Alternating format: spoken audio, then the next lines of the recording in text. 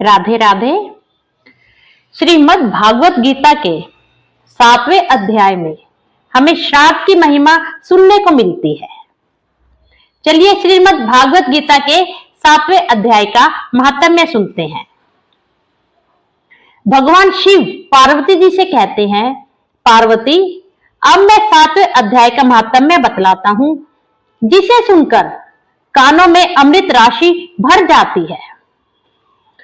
पाटलिपुत्र नामक एक दुर्गम नगर है, जिसका गोपुर द्वार बहुत ही ऊंचा है। उस नगर में शंकुकरण नामक एक ब्राह्मण रहता था। उसने वैश्यवृत्ति का आश्रय लेके बहुत धन कमाया, किंतु ना तो कभी पितरों का तर्पण किया और ना ही कभी देवताओं का पूजन किया। वह धन को कमाने में तत्पर होकर राजाओं को ही भोज दिया करता था। एक समय की बात है, उस ब्राह्मण ने अपना चौथा विवाह करने के लिए पुत्रों और बंधुओं के साथ यात्रा की। मार्ग में आधी रात के समय जब वह सो रहा था, एक सर्प ने कहीं से आकर उसकी बाह में काट लिया। उसके काटते ही ऐसी अवस्था हो गई कि मणि, मंत्र और औषधि आदि से भी उसकी शरीर की रक्षा असाध्य जान पड़ी। तत्पश्चात कुछ ही क्षणों में उसके प्राण पखेरु उड़ गए। फिर बहुत समय के बाद वह प्रेत सर्प योनि में उत्पन्न हुआ। उसका चित्त धन की वासना में बंधा था। उसने पूर्व वृत्तांत को स्मरण करके सोचा, मैंने जो घर के बाहर करोड़ों की संख्या में अपना धन गाड़ रखा है, इससे इन पुत्रों को वंचित करके स्वयं ही मैं अपने धन की रक्षा करूंगा। एक दिन सांप की योनि से पीड़ित होकर पिता ने स्वप्न में अपने पुत्रों के समक्ष आकर अपना मनोभाव बताया।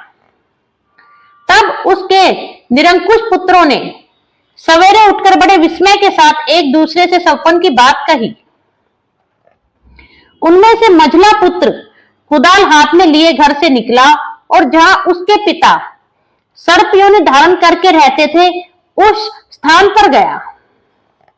यद्यपि उसे धन के स्थान का ठीक ठीक पता नहीं था, तो भी उसने चिन्हों से उसका ठीक निश्चय कर लिया और लोभ बुद्धि से वहां पहुंचकर बाबी को खोदना आरंभ किया।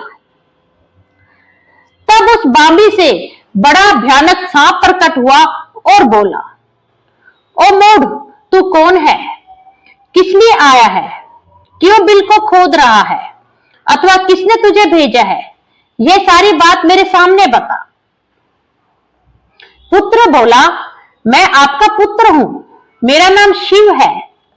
मैं रात्रि में देखे हुए सपन से विस्मित होकर यहाँ का सुवर्ण लेने के कौतूहल से आया हूं। पुत्र की यह वाणी सुनकर वह सांप हंसता हुआ उस स्वर से इस प्रकार स्पष्ट वचन बोला, यदि तू मेरा पुत्र है तो मुझे शीघ्र ही बंधन मुक्त कर। मैं पूर्व जन्म के गाड़े हुए धन के लिए ही सर्प योनि में उत्पन्न हुआ हूं। पुत्र ने पूछा, पिताजी, आपकी मुक्ति कैसे होगी? इसका उपाय मुझे बताइए, क्योंकि मैं इस रात में सब लोगों को छोड़कर आपके पास आया हूं।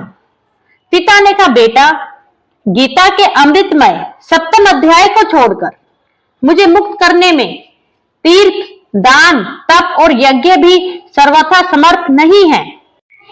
केवल गीता का 7वां अध्याय ही प्राणियों की जरा मृत्यु आदि दुख को दूर करने वाला है।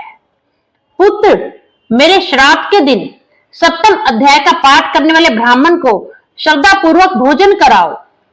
इससे निस्संदेह मेरी मुक्ति हो जाएगी। वत्स, अपनी शक्ति के अनुसार पूर्ण श्रद्धा के साथ वेद विद्या में प्रवीण अन्य ब्राह्मणों को भी भोजन कराना। सर्प योनि में पड़े हुए पिता के वचन सुनकर सभी पुत्रों ने उसकी आज्ञा के अनुसार तथा उससे भी अधिक किया। तब शंकुकरण ने अपने सर्प शरीर को त्याग कर दिव्य देह धारण किया और सारा धन पुत्रों के अधीन कर दिया। पिता ने करोड़ों की संख्या में जो धन बांटकर दिया था, उससे वे सदाचारी पुत्र बहुत प्रसन्न हुए। उनकी बुद्धि धर्म में लगी हुई थी, इसलिए उन्होंने बावली, कुआ, पोखरा, यज्ञ तथा देव मंदिरों के लिए उस धन का उपयोग किया और अन्नशाला भी बनवाई। तत्पश्चात 7वें अध्याय का सदा जप करते हुए उन्होंने मोक्ष प्राप्त किया। पार्वती, यह तुम्हें 7वें अध्याय का महात्म्य बताया गया है, जिसके श्रवण मात्र से मानव सब पातकों से मुक्त हो जाता है। ओम नमो भगवते वासुदेवाय। धन्यवाद।